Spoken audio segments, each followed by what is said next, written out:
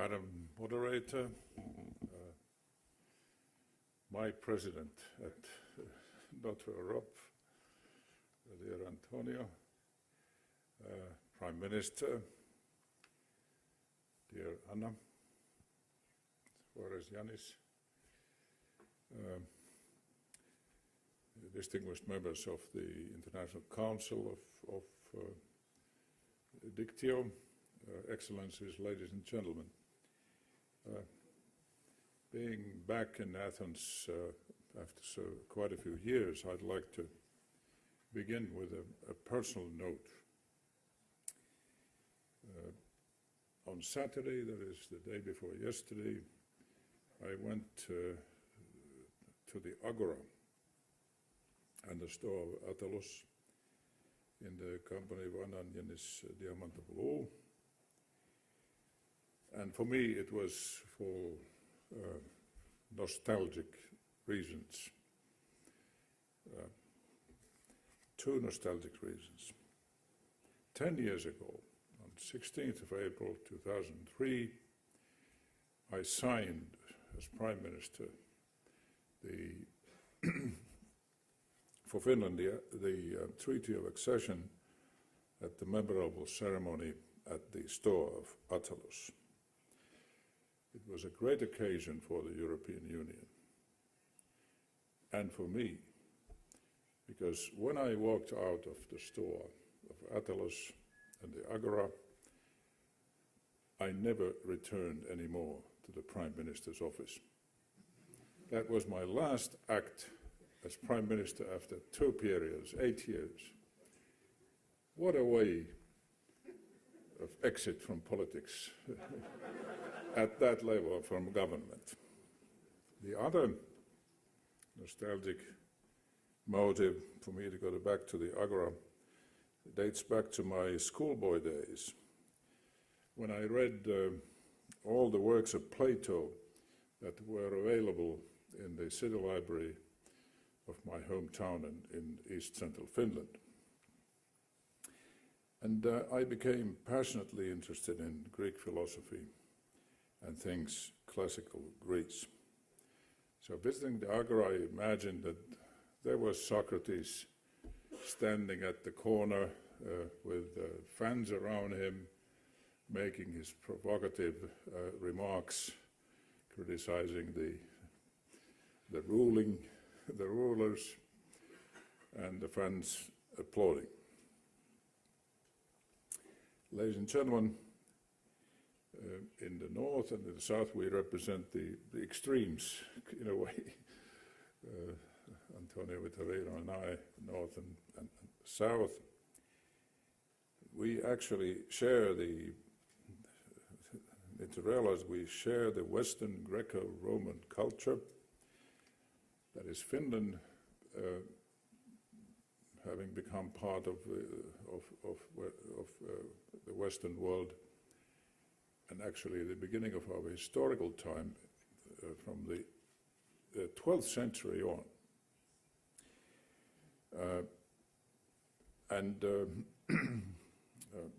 Being part of, then for 700 years, of an advanced state of Sweden, an integral part, is also a part of this process.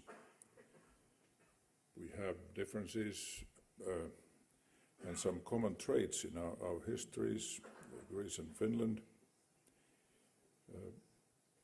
Greece experienced the Ottoman times, which were really had a devastating effect on Greek society. We had more luck being part of this advanced state, and even later becoming part of Russia, an empire, not Russia. The Finns got the chance to become a nation. It couldn't happen as part of Sweden.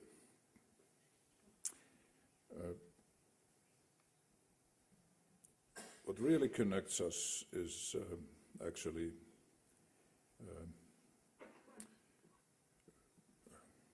common experiences in the democratic revival, independence, national movements in the 19th century, and then democracy itself. Democracy is the greatest contribution of Greece to mankind. And in Finland we are proud of being the first country in the world history to introduce full universal suffrage, that is the right to all men and women of voting age, both to vote and stand for election in parliamentary elections. This was legislated in 1906, and the following year in the parliamentary election we had the first women members of parliament in world history in Finland. And we celebrated 100 years of that reform when I was Speaker of the Parliament in 2006. Finland and Greece both have had a civil war. In Finland in 1918, we cannot imagine anything worse than a civil war in the country. And for Greece, of course, it's a fairly recent, it was fairly recent in the post-Second World War time. But also, both of our countries have gone through, Greece still, a severe economic crisis. We had it in the 1990s. And at that time, it was the most severe economic crisis any Western European country had experienced since the post-war time.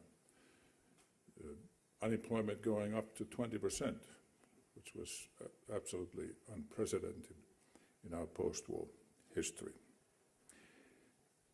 Greece is now undergoing an even deeper crisis.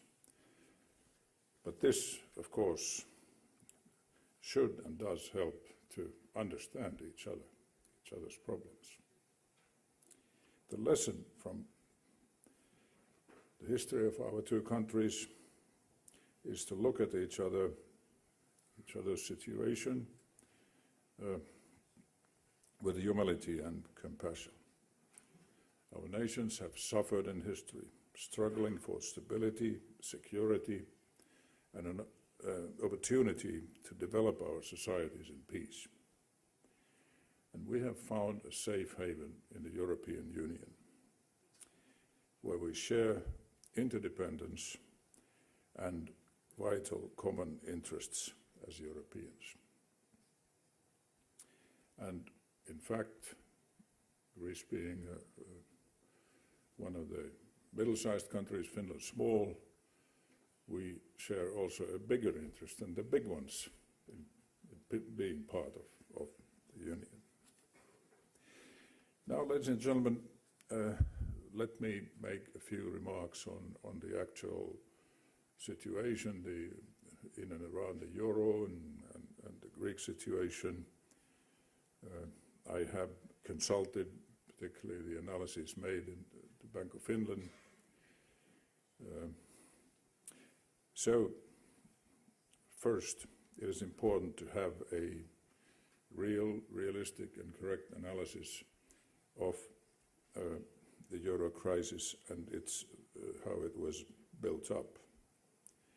And it was the international financial crisis that broke out in 2008, 7-8, that actually set off the euro crisis.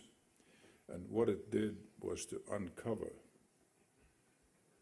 like a tidal wave receding, the weaknesses in the euro system. And of course, in the member states' economic policies and economies.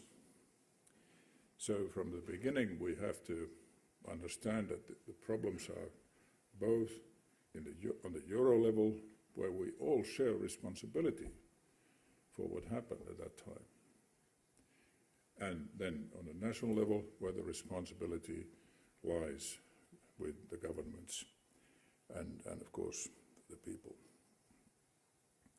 So in the euro, low interest rates and convergence around the German rate across the eurozone created an illusion of permanent growth and stability.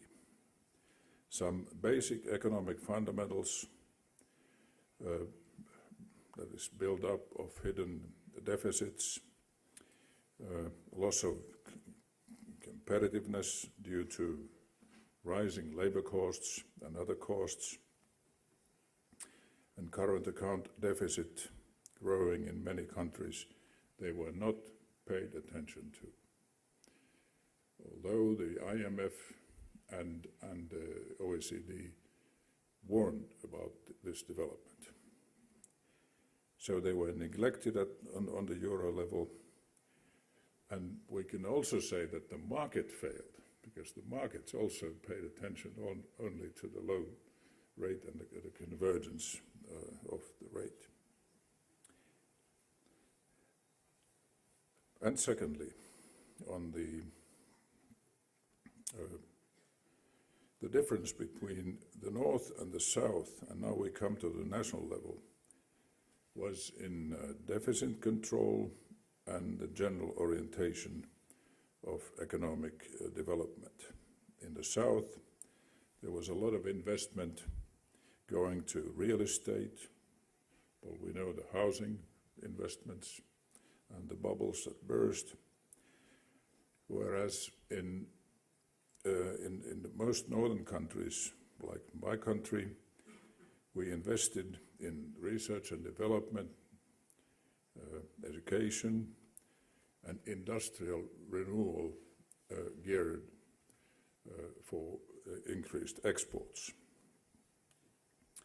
So wages and costs were also kept under control by moderate, often centralized collective agreements and, importantly, market liberalization in our countries. So there was a sort of paradigm difference. And I don't take this as a conflict between North and South. There just have been differences, and particularly think about the failure on the euro level and the market failure. There's no place for a blame game here.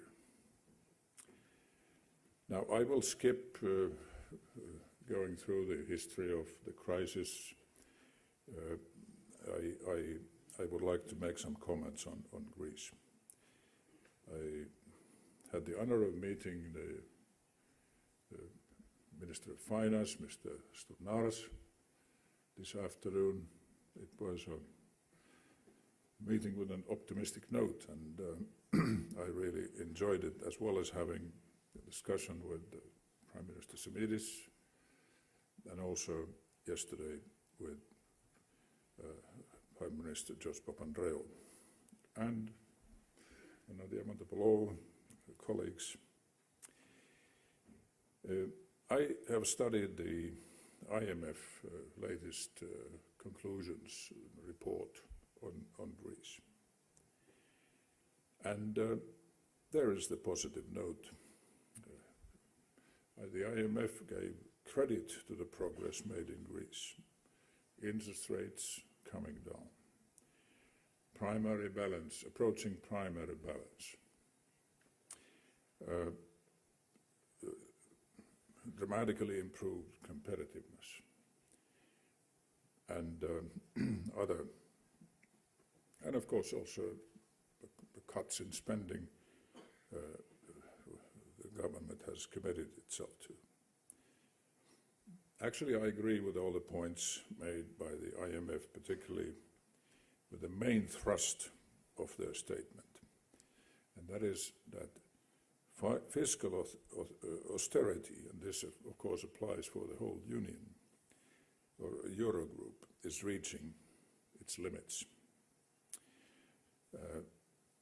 Particularly when we take Greece, it hampers growth and creates social injustices. However, achievements in bringing interest rates down, improving primary balance, should not mean relaxing on fiscal prudence itself, and particularly, and this is the sort of trade-off, if when we have achieved something to control the deficits, we can be flexible from the side of the countries in the so-called North, and we have been, but then again, structural reforms must follow, and that, of course, is quite a challenge. There is the tax system, beginning with tax collection. There's a whole host of reforms the IMF recommends that are all necessary. But we are in a similar situation. Unemployment already 9% almost. No more surplus in the current account, and facing the need, the real need to make structural reforms, reforming the pension system, the labor market, all of this. So we are not as deep in this, but politically it's the same type of challenge that we are facing in Finland. I would like to underline the most important point, actually, based on Finnish experience. There is a need also in Greece for institutional changes to boost basic trust and confidence in the society and the economy. In Finland, when we were facing the terrible crisis and how to get out of it in the 90s, the only way to tackle unemployment, soaring debt, was to cooperate on a long-term economic policy and reform. And we succeeded in it. We had broad consensus, including the labor market parties. There was a spirit, and we couldn't have survived without it. That was the key for the success we had. Ladies and gentlemen, just a brief note on the European level, so to speak. We need to proceed in strengthening the euro system with a banking union. Fiscal union is developing. It was interesting to note I couldn't make it to Leipzig for the 150th anniversary of the German Social Democratic Party because I had committed myself to speak at the 50th anniversary seminar of a lady in Finland. But I reckon that President Hollande gave a very important speech there. And he was advocating deeper integration in the Eurogroup. And we should listen to him. And of course it was important that he told how the French government is committed to structural reform. But really we need to make progress in the Eurogroup. Of course this will be a big debate, and what is fundamentally important is that we need to maintain democratic legitimacy. That is, today, of course, it is mainly that the national parliaments must play their role, and it's not on the European level, it's on the national level, controlling the governments and our system works extremely well in that. So connecting in the parliamentary system with the people, making policy together with the government for the Euro and European level. How to improve the credibility of the Union and the Euro? I'm not quite as pessimistic or alerted as Anna Diamantopoulos was. We have to bank on the progress made. Take the positive side, like as in Greece. It's really impressive what's been done. But it's basically concrete progress in solving the Euro crisis, all these problems. That is the only way of making the European Union and the Euro more credible in the eyes of European voters.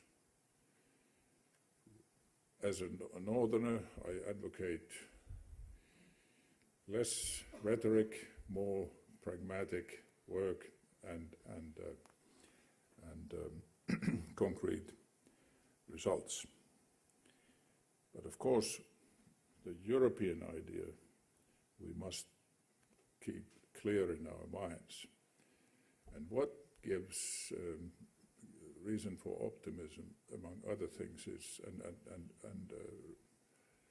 importantly, is that still the European Union is like a magnet for those who are our neighbors, and well, not Russia, because it's a mold in itself, but neighbors who would like to join the European Union. Well, there's the island mentality in Great Britain. There are the people who have the one foot in the Atlantic and the other in the English Channel. We hope they won't make the mistake of exiting, because certainly they share the majority, the European idea itself. For all this, we need leadership, we need courage, realization to cooperate, work together for our common European future. Thank you.